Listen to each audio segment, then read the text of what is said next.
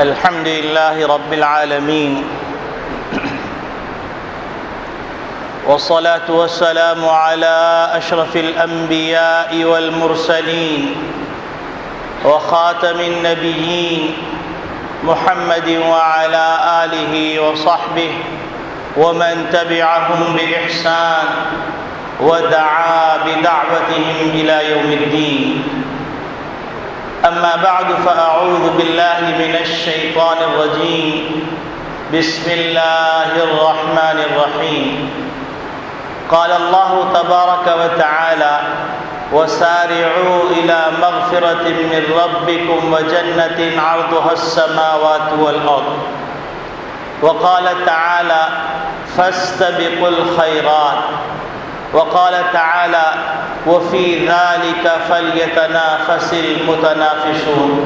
وقال تعالى: والذين جاهدوا فينا لنهدينهم سبلنا. وقال النبي صلى الله عليه وسلم: الكيس من دار نفسه وعمل لما بعد الموت، والعاجز من أتبع نفسه هواها وتمنى على الله الأماني. وقال النبي صلى الله عليه وسلم: لا يؤمن أحدكم حتى يكون هواه تبعا لما جئت به. وقال النبي صلى الله عليه وسلم: اعمل للدنيا بقدر بقائك فيها واعمل للآخرة بقدر بقائك فيها، أو كما قال عليه الصلاة والسلام: دقات قلب المرء قائلة له، دقات قلب المرء قائلة له إن الحياة دقائق وثواني. میرے محترم بزرگوں، عزیز دوستو، دینی اسلامی بھائیوں، انسانی زندگی اور اس کی عمر عزیز ایک برف کی سلی کی طرح پگھلی چلی جا رہی ہے،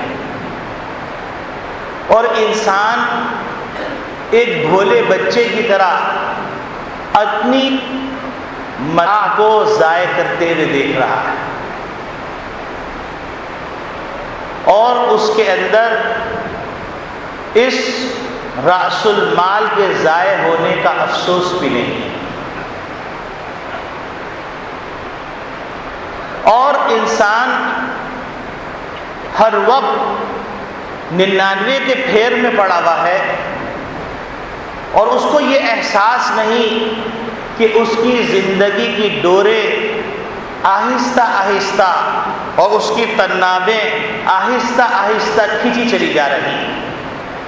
سنستدرجهم من حيث لا يعلمون، ہم ڈھیل دے رہے ہیں، ان قریب پتہ چل جائے گا۔ جیسا کہ ایک پتنگ کو ڈھیل دی جاتی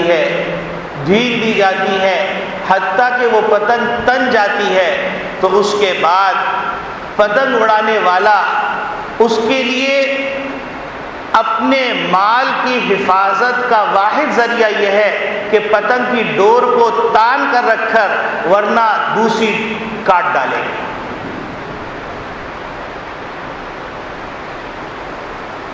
فلولا دفع الله الناس بعضهم ببعض لهدمت صوامع وبيع ومساجد يذكر فيها اسم الله۔ اللہ کا دستور یہ ہے کہ حق و باطل سے ٹکرا کر اور پھر باطل اور حق کو چھانٹ کر مساجد، کنیسہ اور تمام دیگر مذاہب کے عبادت گاہوں کی حفاظت کرتے ہیں۔ اگر ایسا نہ ہو تو دنیا بد امنی کا گہوارہ بن جائے۔ یہ اور بات ہے کہ اللہ رب العالمین جہنم اور جنت کا فیصلہ ایمان اور کفر پہ کریں گے، لیکن دنیا کے نظام کو چلانے کے لیے اللہ رب العالمین امن چاہتے ہیں، اور انسان اپنی بدعملیوں کے ذریعے سے دنیا میں فساد چاہتا ہے۔ ظہر الفساد فی البر والبحر بما کسبت ایدی الناس۔ خشکی اور تری میں جو بگاڑ نظر آ رہا ہے یہ انسان کی اپنے ہاتھ کی کمائی ہے، اور یہ بھی اللہ کا احسان ہے کہ یہ اس لیے کر رہے ہیں لِيُذِيقَ ظَهَرَ الْفَسَادُ فِي الْبَرِّ وَالْبَحْرِ بِمَا كَسَبَتْ أَيْدِي النَّاسِ لِيُذِيقَهُمْ بَعْضَ الَّذِي عَمِلُوا لَعَلَّهُمْ يَرْجِعُونَ، کہ جو بدعملیاں کی ہیں جس سے فضا کو بھی پاٹ ڈالا، زمین کو بھی پاٹ ڈالا، بحر و بر کو بھی پاٹ ڈالا، اللہ کی معصیت سے پوری کائنات کو گندا کر دیا، پاکیزہ ہوا کو متعفن کر دیا، اور میٹھے پانی کو کڑوا کر دیا، اور غلاظت کے انبار لگا دیے کہ ایک انسان جھوٹ بولتا ہے تو اللہ رب العالمین نے جو فرشتے حفظہ مقرر کیے ہیں وہ فرشتے کئی سو میل تک اس کی بدبو سے دور بھاگ جاتے ہیں۔ جس گھر کے اندر اللہ کی معصیت ہوتی ہے اس گھر میں فرشتے نہیں آتے۔ جو ایک شخص بے نمازی ہوتا ہے 40 گھر تک اس کی نحوست جاتی ہے۔ اللہ رب العالمین کی ناراضگی اور معصیت کے نتیجے میں اللہ رب العالمین کا غضب نازل ہوتا ہے۔ بما کسبت ایدی الناس، یہ انسان کی بدعملیاں ہیں، لیکن قربان جائیے پروردگار عالم پر۔ پروردگار عالم بار بار خطرے کا الارم بجواتا ہے۔ یہی وجہ ہے کہ جب انسان تمام حالات دیکھ لیتا ہے اور پھر کہتا ہے ایک موقع اور، ون مور، تو اللہ میاں کہتے ہیں اب موقع ملنے کا نہیں۔ جب انسان بڑا آہو بکا کرتا ہے، چیختا چلاتا ہے، تو اللہ رب العالمین کی طرف سے منادی کہتا ہے کہ کیا تم نے قرآن نہیں پڑھا؟ اولم نعمرکم ما یتذکر فیہ من تذکر وجاءکم النذیر، کیا اللہ رب العالمین فرما رہے ہیں کہ ہم نے تم کو اتنی عمر نہیں دی تھی کہ تم نصیحت حاصل کرنا چاہتے تو نصیحت حاصل کر لیتے، اللہ کے غضب سے ڈرنا چاہتے تو غضب سے ڈر جاتے۔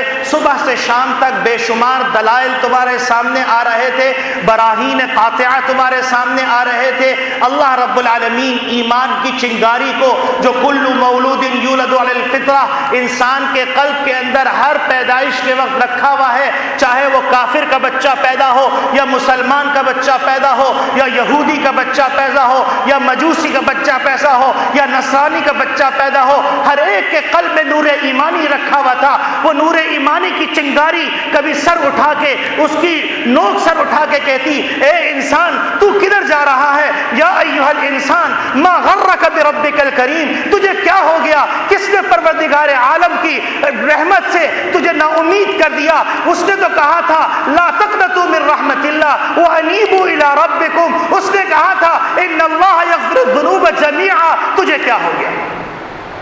تجھے اتنا وقت کافی نہیں تھا؟ اتنا وقت اللہ کے سامنے شرمندگی کے آنسو بہانے کے لیے کافی نہیں تھا؟ اب تو ایک دفعہ پھر مہلت مانگ رہا ہے دنیا میں آنے کی؟ کلا واللہ، ایسا نہیں ہوگا۔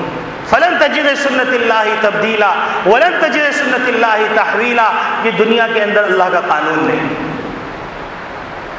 پروردگار پھر یہ کیا ہو گیا؟ یہ سب کیوں ہو گیا؟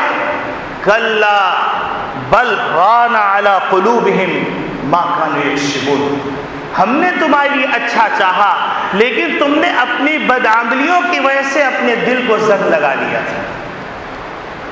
اب ہم سے شکوہ نہ کرو۔ وفی انفسکم افلا تبصرون، کیا تم نے اپنی ذات میں غور نہیں کیا؟ کیا تدبر نہیں کرتے؟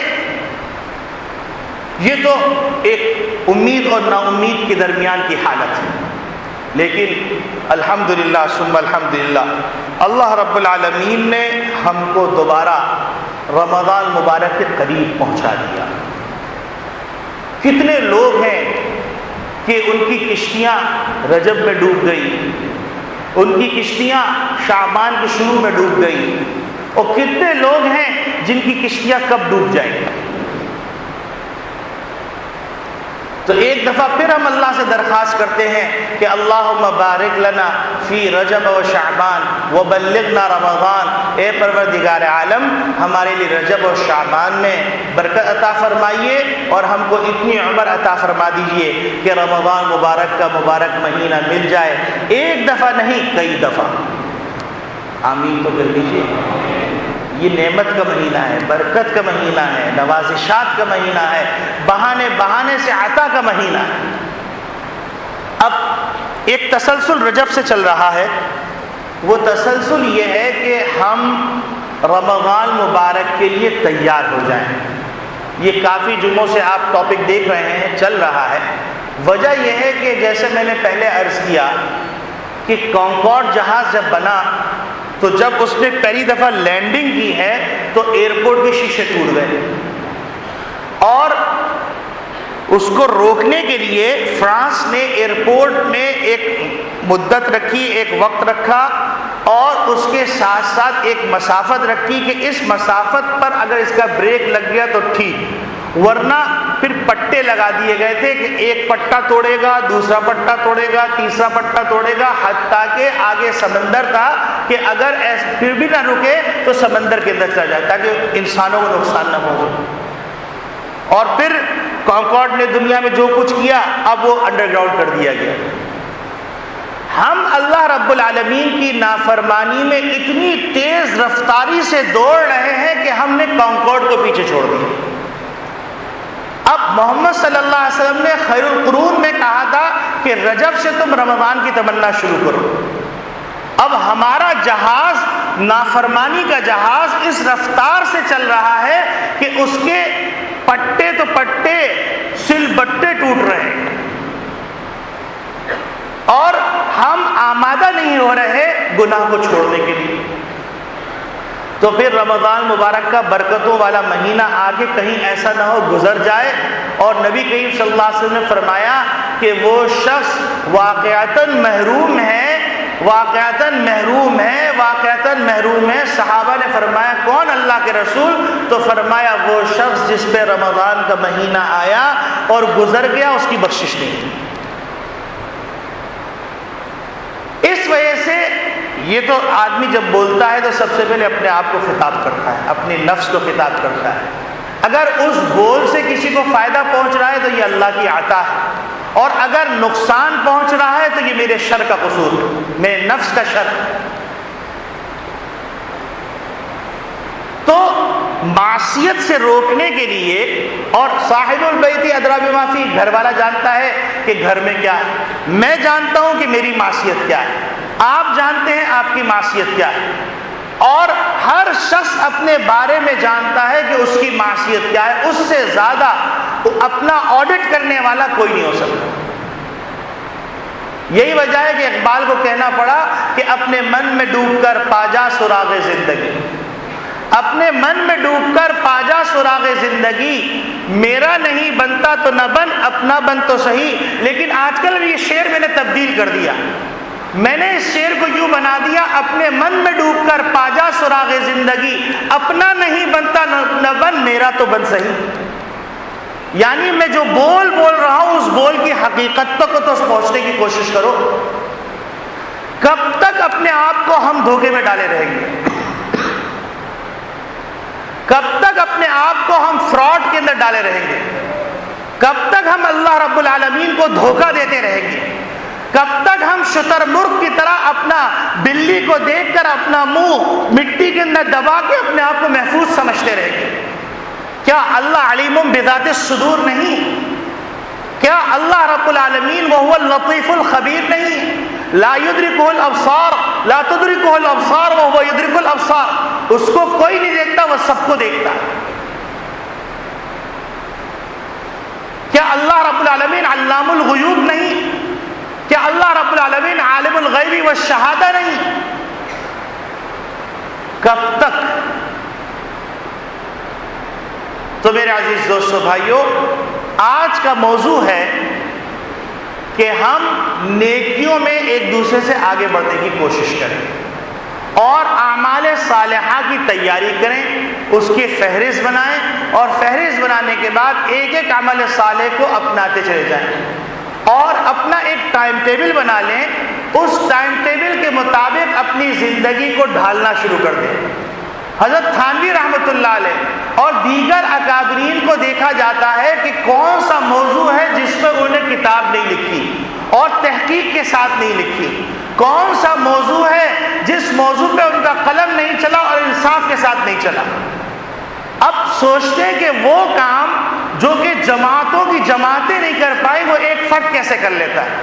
تو دیکھنے سے یہ پتہ چلا کہ ان کا نظام الاوقات تھا کہ یہ وقت ہے لوگوں سے ملنے کا، یہ وقت ہے خطوط کے جواب دینے کا، یہ وقت ہے ذکر کا، یہ وقت ہے تصنیف کا، یہ وقت ہے گھر والوں کا، یہ وقت ہے باقی لوگوں سے ملاقات کا. تو اس کا نتیجہ یہ ہوا کہ اللہ رب العالمین نے تھوڑے وقت میں زیادہ کام لیا. اور یہی مطلب ہے وقت میں برکت ہو جانا. وقت میں برکت ہو جانے کا مطلب کیا کہ وہ کام جو 100 سال میں ہوتا تھا وہ کام 100 دن میں ہو جائے. یہ وقت کی برکت ہے. ہم یہ سمجھتے ہیں وقت کی برکت یہ ہے کہ ہماری 1000 سال عمر ہو جائے. وقت کی برکت یہ ہے کہ اللہ رب العالمین 100 سال کا کام 100 دن میں لے لیں. چونکہ ہمارا سارا پیمانہ الٹ گیا. جب پیمانہ الٹ گیا، اس کی موٹی سی مثال، آج اگر آپ کہیے مجھے آپ سے محبت ہے، یہ لفظ اتنا بدنام ہو گیا، اتنا بدنام ہو گیا کہ اس محبت کا مطلب ناپاک محبت، مفادات کی محبت، غرض کی محبت، سیاسی محبت، مسلکی محبت، جماعتی محبت. اور محبت اللہ کی نگاہ میں کیا تھی، اللہ کے رسول کی نگاہ میں کیا تھی؟ الحب فی اللہ، اللہ کے لیے محبت، وہ پاکیزہ تھی. اور آج محبتیں ساری ناپاک ہو گئی، جس کے نتیجے کے اندر محبت اپنا وزن اور اپنا مقام کھو گیا. شہادت ایک لفظ ہے. شہادت جب لفظ بولا جاتا تھا تو لوگوں کے دلوں کے اندر ایسی جذبات پیدا ہو جاتے تھے کہ اللہ رب العالمین کے رسول نے شہادت کے جو فضائل بیان کیے تھے ان فضائل کو دیکھ کر تمنا ہوتی تھی کہ مجھے بھی شہادت مل جائے. لیکن آج غنڈہ بھی شہید، قاتل بھی شہید، ڈاکو بھی شہید، سیاسی فرد بھی شہید، بدماش بھی شہید، بیچارہ بھرے بازار میں شہید بدنام ہو گیا.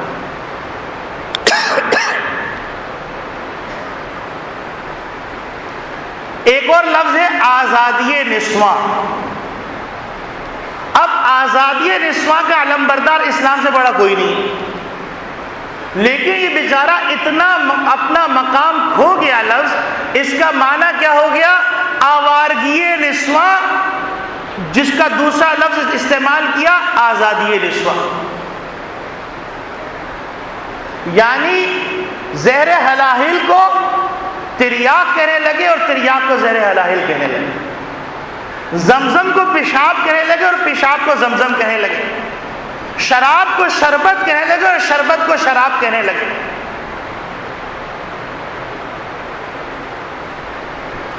اور غنڈے کو فریڈم فائٹر کہنے لگے اور مجاہد کو ٹیررسٹ کہنے لگے.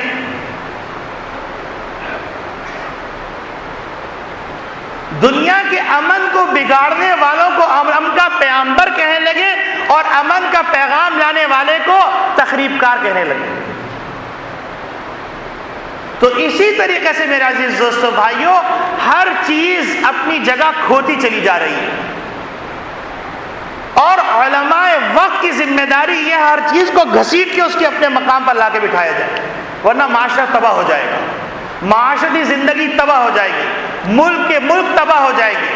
میں پورے اعتماد کے ساتھ کہہ رہا ہوں، پورے ہوش و حواس میں یہ بات کہہ رہا ہوں. اسی طریقے سے عبادت کے مفہوم کو ہم نے چند رسمی باتوں کا نام عبادت رکھ لیا اور عبادت کی حقیقت ہم سے دور ہو گئی. اب دیکھیے، میں چند مثالیں دوں گا، آپ کو بات واضح ہو جائے گی. سخاوت،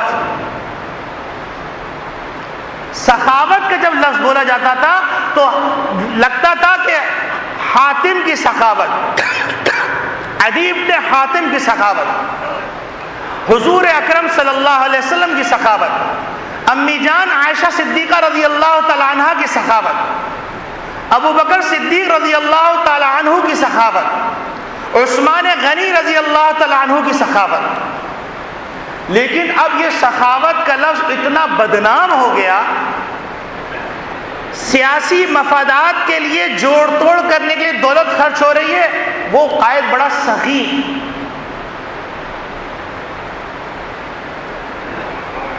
اپنی گدی کو مضبوط کرنے کے لیے پیسہ خرچ کیا جا رہا ہے، وہ آدمی بڑا سخی۔ ایک سرمایہ دار، اس کے پاس ایک ملازم تھا، یہ واقعہ ہے، جو لوگ اس سرمایہ دار کو جانتے ہیں ان تاجروں میں اس کی تصدیق کر لیں گے کہ ملازم کا بچہ بیمار ہوا، وہ روتا رہا کہ صاحب 5,000 روپے دے دو، میرے بچے کی زندگی بچ جائے گی۔ دماغ خراب ہو گیا ہے، ہم تمہارے لیے کماتے ہیں، ہمارے بچے نہیں ہیں، دفع ہو جاؤ یہاں سے، نکالو اس کو نالائق کو۔ ہر وقت وہ اٹھا کے آ جاتے۔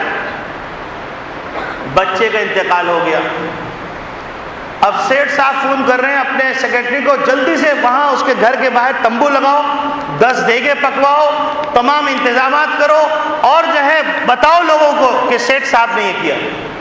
تو اس نے کہا کہ بھائی آپ جو یہ کر رہے ہیں، وہ بیچارہ بے تکلف آدمی تھا، اس نے کہا کہ آپ نے 5,000 نہیں دی اور اب لاکھ روپے کے قریب خرچ کر رہے ہیں۔ کہنے کے میاں تم بھی عجیب بھولے بھالے آدمی ہو، 5,000 دیتا تو کسی کو کیا پتا چلتا، اب جو میں نے خرچ کیا جتنے لوگ دیکھیں گے وہ کہیں گے واقعی یہ سیٹھ، لعنت ہے ایسی سخاوت پر۔ سب کہہ دیجئے لعنت ہے ایسی سخاوت۔ حضور اکرم صلی اللہ علیہ وسلم نے ارشاد فرمایا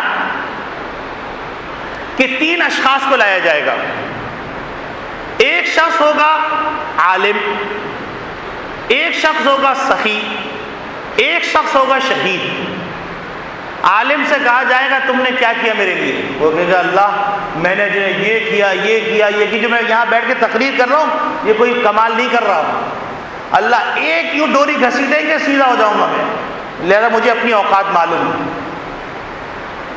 تو کہا جائے گا کہ بھائی میں نے جنا اللہ یہ کیا لوگوں کو سمجھایا، ہدایت دی، یہ کیا، تو اللہ میاں فرمائیں گے تو نے اس لیے کیا تاکہ لوگ کہ تو بڑا عالم ہے، علامہ ہے۔ قد قیل، کہا گیا پکڑو اس نالائق کو لے جا کے جہنم میں پھینکو، منہ کے بل پھینکا جائے گا۔ ایک شہید کے ساتھ یہ معاملہ ہوگا، ایک سخی کے ساتھ یہ معاملہ ہوگا۔ آج ہمارا ہر کام اس کے پیچھے دنیاوی غرض چھپی ہوئی۔ مجھے بتلاؤ اللہ کو کیا منہ دکھائیں گے، کتنا اللہ کو دھوکہ دیں گے؟ اصحاب السبت بنی اسرائیل والے جب نافرمان ہو گئے تو ان سے کہا گیا اے نالائقو ہفتے کے دن شکار نہیں کرنا۔ اب نالائق تو نالائق ہی ہوتے نا، تو شیطان ان کی گنگا الٹی بہاتا ہے، تو اب ان کو ہیلا سکھایا اور سکھا کر کہا کہ دیکھو ہفتے کے دن شکار زیادہ آتا ہے تو لہذا سمندر کے قریب جو دریا ہے اس کے قریب تم گڑھے کھود دو، پانی چڑھے گا، مچھلیاں ساتھ آئیں گی، اس گڑھے میں رک جائیں گی، جب پانی واپس چلا جائے گا تو اتوار والے دن آ کے مچھلیاں پکڑ لینا۔ اللہ رب العالمین نے خاص طور سے ان کی عمل کی طرف نسبت کر کے ان کے لیے پھٹکار کا فیصلہ کیا۔ آج ہم اللہ کو دھوکے پہ دھوکہ دیے چلے جا رہے ہیں اور سمجھ رہے ہیں اللہ خوش ہو جائے گا۔ خدا کے واسطے میں اپنی نفس کو بھی کہہ رہا ہوں، آپ لوگوں کو بھی کہہ رہا ہوں، رمضان مبارک قریب آ رہا ہے، اس سے پہلے توبہ کر کے اجمالی توبہ بھی کر لو، تفصیلی توبہ بھی کر لو اور رجوع کر لو اللہ کی طرف اور لوٹ آؤ۔ اپنا نظام الاوقات بنا لو کہ صبح مجھے یہ کرنا ہے، شام یہ کرنا ہے، رات یہ کرنا ہے، دوپہر یہ کرنا ہے، اور ایک حلال اماؤنٹ جمع کر لو کہ اس حلال اماؤنٹ سے مجھے سحری کا بھی انتظام کرنا ہے، افطاری کا بھی انتظام کرنا ہے، اور جو دن بھر کھاؤں گا پیوں گا اس کا بھی انتظام کرنا ہے۔ کیونکہ حدیث شریف میں آتا ہے ایک شخص غبار آلود، پراگندہ بال، انتہائی عاجزی کے ساتھ ہاتھ اٹھا کے کہے یا رب یا رب یا رب، اور رو رہا ہوگا زارا قطر، تو اللہ فرمائیں گے مأکلہ حرام ومشربہ حرام وملبسہ حرام فأنا یستجاب لہ، اس کا کپڑا حرام کا، اس کا کھانا حرام کا، اس کا پینا حرام کا، میں اس کی دعا کیسے سنوں؟ 40 دن تک کی نمازیں قبول نہیں۔ لہٰذا اللہ کے واسطے ایک اماؤنٹ جمع کرو حلال کی اور حلال کی اماؤنٹ جمع کرنے کے بعد اپنے افطاری اور سحری کا انتظام کرو. ایک کام. دوسرا کام، اعمال صالحہ کی ایک فہرست بناؤ، لیکن یہ نہیں کہ ایک دن تو 100 رکعتیں پڑھی اور دوسرے دن ساری نمازیں چھوڑ دی. 5 وقت کی نماز پڑھو لیکن دل کو صاف رکھو، یہ بھی بہت ہے. 100 رکعتیں پڑھو، دنیا کو حقیر سمجھو، ایسی نمازوں پر شاید وہ جو حدیث ہے کہ بعض لوگوں کی نمازیں سر سے اوپر نہیں اٹھتی، بعض کی نمازیں چھت سے اوپر نہیں اٹھتی، بعض کی نمازیں آسمان اور زمین کے درمیان لٹکی رہتی، اور بعض کی نمازیں پرانی پوٹلی جیسے ہوتی ہے اس کی پھٹے ہوئے چندیوں کی، اس طرح بنا کے اس کے منہ پہ مار دی جاتی ہے. تو خدا کے واسطے نمازوں کو صحیح کرنے کی مشق کیجیے، قرآن کریم کی تلاوت کی مشق کیجیے، کم از کم 10 صورتیں یاد کر لیجیے. یہ رمضان مبارک کے لیے ہم وارم اپ ہو رہے ہیں تاکہ رمضان کا استقبال کر سکیں. یہ باجے اور دف کے اوپر رمضان رمضان رمضان اور ناچ رہے، اس سے رمضان کا استقبال نہیں ہوگا. یہاں تیار کیجیے، یہاں تیار کیجیے، تو رمضان کا صحیح استقبال ہو جائے گا. اور رمضان کے استقبال کے لیے بڑی بڑی لائٹیں لگا دیں، بڑے بڑے بینر لگا دیے، بڑے بڑے جو قالین بچھا دیے، اور دنیا کو کہہ دیا معلوم ہے فلاں صاحب نے بچھایا، آپ کو پتہ ہے، ماشاءاللہ ماشاءاللہ. تو اللہ نے کہتے ہیں لا لے جاؤ اس کو کچرے کنڈی میں پھینک کے آ جاؤ.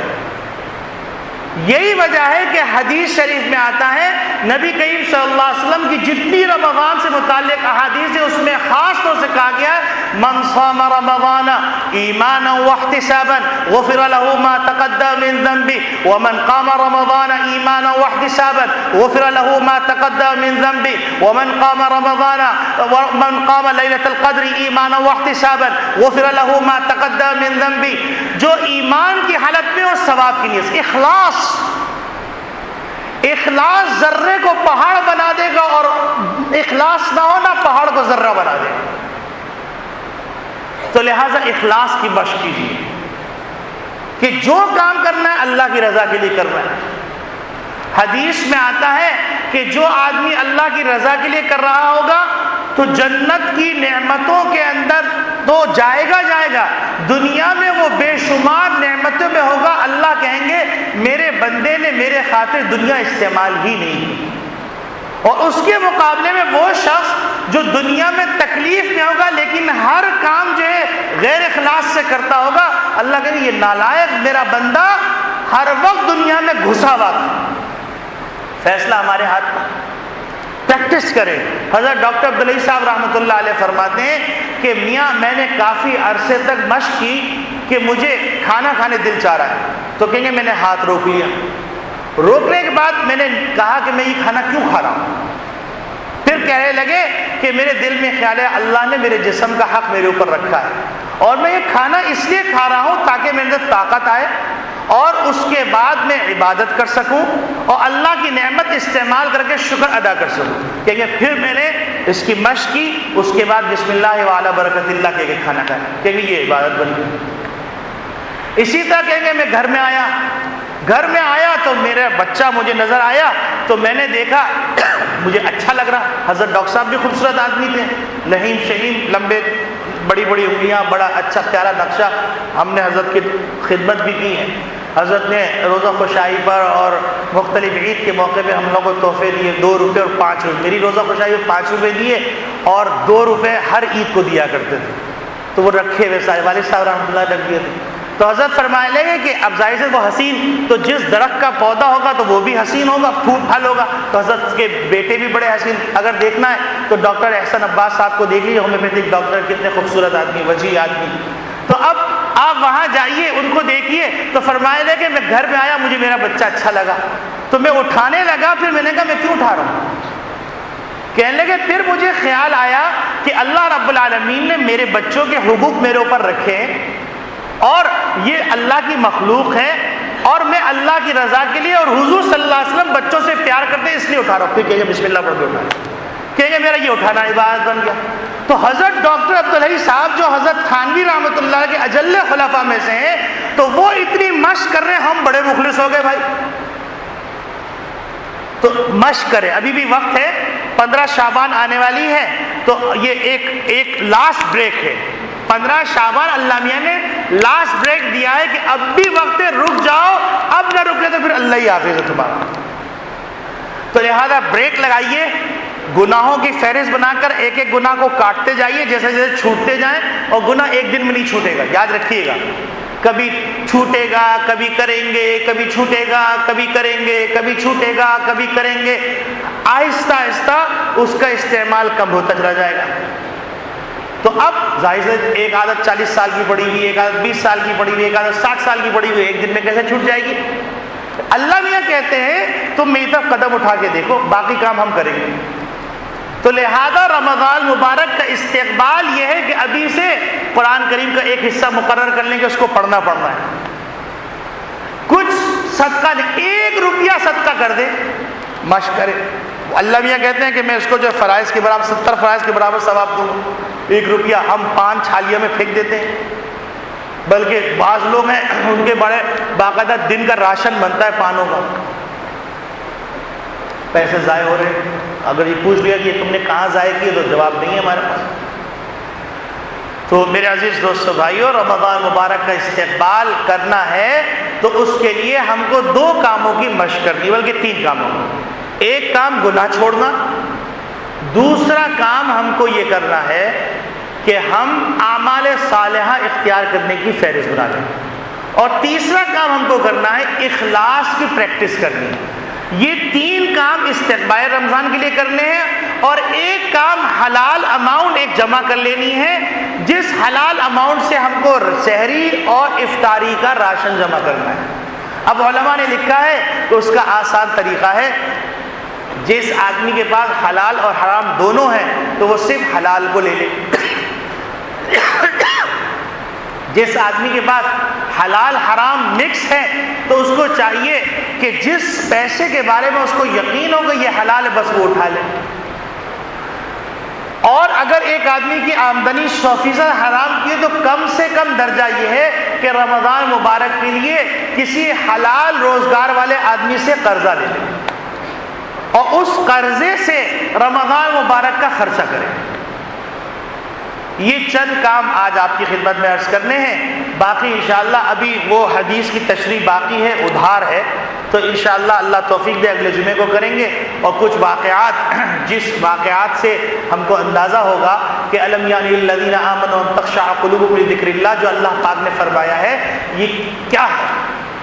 اللہ رب العالمین کہنے والے کو بھی عمل کی توفیق عطا فرمائے، سننے والوں کو بھی عمل کی توفیق عطا فرمائے، اور ہر کام اخلاص کے ساتھ کرنے کی اور اللہ کی رضا کے لیے کرنے کی توفیق عطا فرمائے.